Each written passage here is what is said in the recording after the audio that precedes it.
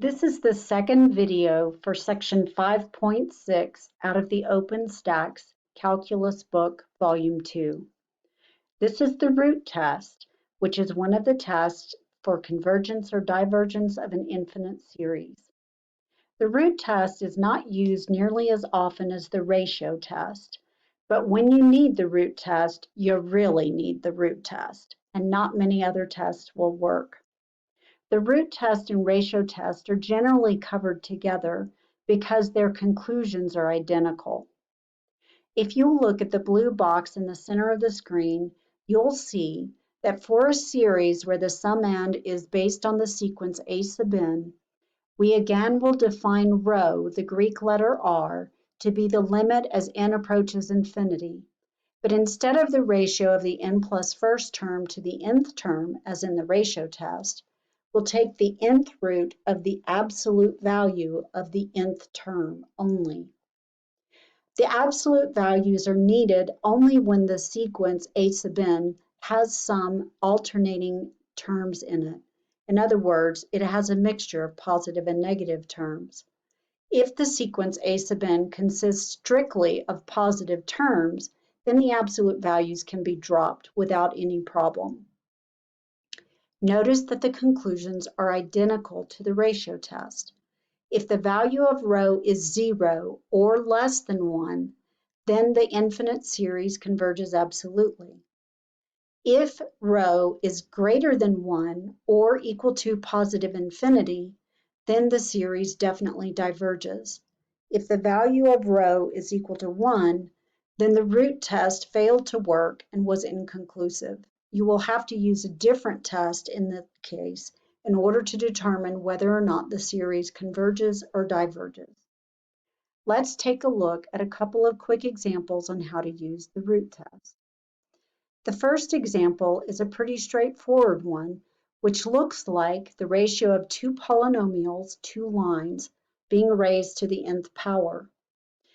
The series from n equal 1 to infinity of the quantity 3n plus 2 divided by the quantity 2n minus 1, all raised to the nth power, looks easy. But in fact, if you were to try to prove the divergence test to make sure that the limit of the sequence goes to 0, you might run into problems. It turns out to be a non-trivial problem that may invoke L'Hopital's rule. We can sometimes jump the gun a little bit with the root test and go ahead and apply the root test to see if we can get a divergent result first, and then we can sort of skip over the divergence test. This is the only time we'll typically skip over the divergence test. On the exam, to keep you from having to prove over and over that the limit of the sequence goes to 0, I will tell you on many of the problems that the divergence test was inconclusive, meaning that the limit of the sequence did go to 0, which again does not tell you whether or not it converges or diverges. If the limit of the sequence is not 0, we know it diverges, but if it is 0, we know nothing. In this case, we're going to jump the gun and skip the divergence test and go straight to the root test. Remember, the root test is also looking for a value for rho, and rho is also equal to the limit as n approaches infinity. But in this case, instead of applying it to the ratio of two successive terms, we're going to take the nth root of the nth term in absolute values. That means we're taking the nth root of a sub n. In our case, this would lead to the limit as n goes to infinity of the nth root of the value 3n plus 2 divided by 2n minus 1, all to the nth power. Remember in this case that because our series is starting at n equal 1, and 3n plus 2 will therefore always be positive, and that 2n minus 1 can only be negative provided that we have a value of n that is lower than where we're starting, that this one will also be positive. That means I can drop those absolute values. Now, the nth root of something to the nth power, if I know what's underneath it is strictly positive, will simply lift off the radical and give me the positive value underneath. This is the reason for the absolute values. This then will lead to the limit as n approaches infinity of 3n plus 2 divided by 2n minus 1. This is a very simple limit that you've been doing since Chapter 2 in Calculus 1. This just gives us the value of 3/2, which you can get by either applying the Bill Gates rule, since n is going to infinity and our degrees are both 1, it's simply the ratio of the leading coefficients, or by multiplying by 1 over n over 1 over n, or by applying L'Hopital's rule. Any of those will lead you to the value for the limit of 3/2. Now 3/2 is greater than 1, which means that this series definitely diverges. This is a much shorter proof that it is a divergent series than first trying to check the divergence test and making sure that the limit of the sequence goes to 0. Let's take a look at another example. In our next example, number 2, we have a limit of the series from 1 to infinity of the sequence 1 minus e to the negative n, all raised to the nth power. In this case, we are trying to determine whether or not we think this series has a finite sum. If we skip the divergence test and go straight to the root test, we would again look for the value of rho by evaluating that rho is equal to the limit as n goes to infinity of the nth root of the absolute value of 1 minus e to the negative n, all raised to the nth power. Now, the nth root of the nth power will drop out the nth power and give me the inside. Again, this is simply going to lead to the limit as n goes to infinity of the absolute value of 1 minus e to the minus n. Now, e to the minus n, if you think about the graph of e to the minus n, you need to remember that e to the minus n approaches the x-axis as x goes to infinity.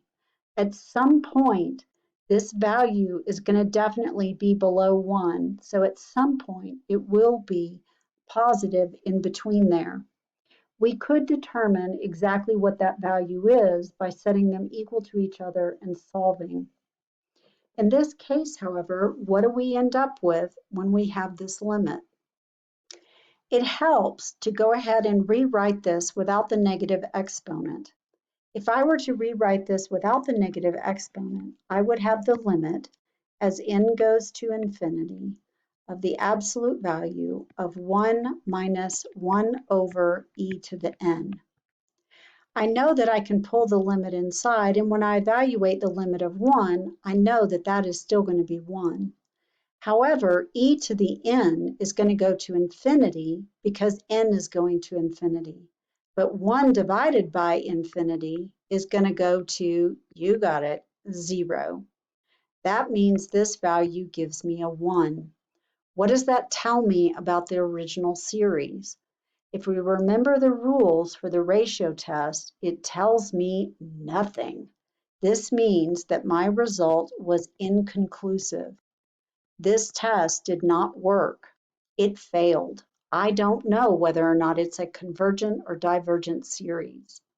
In a case like this one, I would probably revert to the integral test because 1 minus e to the minus n is probably a relatively easy one to integrate.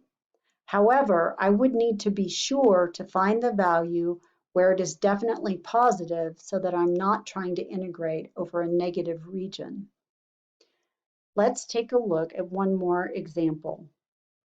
In example 3, we have the infinite series from n equal 1 to infinity of the sequence n to the 1 over n power minus 1, the quantity raised to the nth power. It is not clear what the divergence test would lead to, but it does look as though the divergence test would lead to something like infinity to the 0th to the infinity. And what on earth would that be? it looks like the divergence test would be quite difficult to determine whether or not the sequence is going to zero. Instead, let's see if we can apply the root test and get to its convergence or divergence more quickly. In this case, let's look at finding rho. Rho will be equal to the limit as n goes to infinity of the nth root of the absolute value of n to the 1 over n minus 1 quantity to the nth. Because n starts at 1, I know that 1 to the 1 over 1 is 1, and 1 minus 1 would give me 0, and 0 to the 1 is still 0. Once I get to 2, this becomes 2 to the 1/2, or the square root of 2, but the square root of 2 minus 1 is going to be positive. Once I get to that point, I can see that n to the 1 over n is going to be greater than 1. Because I have that, I know that the values on the inside are strictly positive, and I could drop the absolute values. In this case, the nth root undoes the nth power and lifts it away. Keep in mind that if this were the n squared power, I am allowed to take the n squared root. I do not have to limit myself to the nth root. I can make the nth root, the n squared root, the 2nth root, whatever the power on the inside is, that's the root I need to take. In this case, this leads to the limit as n goes to infinity of the absolute value of n to the 1 over n minus 1. If I'm going to split this up now, I need to know what this becomes. The problem here is that n is going to infinity, so I have infinity to the 1 over infinity, but that leads to infinity to the 0, which is one of our indeterminate power forms. Since I have that, what is that going to give me when I have to do the next step, which is apply L'Hopital's rule? Now I need to evaluate this limit here. This is the limit as n goes to infinity of n to the 1 over n minus 1. Writing this down in the next portion, I have the same limit, but in this case, I'm going to do n to the 1 over n minus the limit as n goes to infinity of 1. I know that the limit of the constant is going to stay 1, but the problem with the first part is that this part is infinity to the 0. In order to evaluate that, I will need to take this and apply L'Hopital's rule. But before I can get to L'Hopital's rule, I've got to get the power out of the power and down to the line. I apply e to the natural log, and then I pull the limit on the inside. I start with the limit on the outside, and I apply e to the natural log to n to the 1 over n. The limit does not depend on e since e is a constant, which means I can pull the limit up into the power. In the next step, I still have e at the base, but the limit has now moved inside of the power. The properties of natural log allow me to pull the power on the answer part to the front of the natural log. This gives me 1 over n times the natural log of n. I've gone from the power form for an indeterminate of infinity to the 0, and now the form that I have here is 0 times infinity.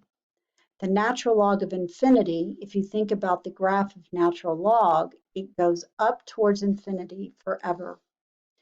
To get this into a fraction form, I'll simply slide the n underneath the natural log. This will lead to the next representation of the limit, which is e to the limit as n goes to infinity of the natural log of n divided by n. This one now has the indeterminate form natural log of infinity going to infinity, n going to infinity, so I get the basic form infinity over infinity. At this point, because I have one of the basic forms, I can apply L'Hopital's rule.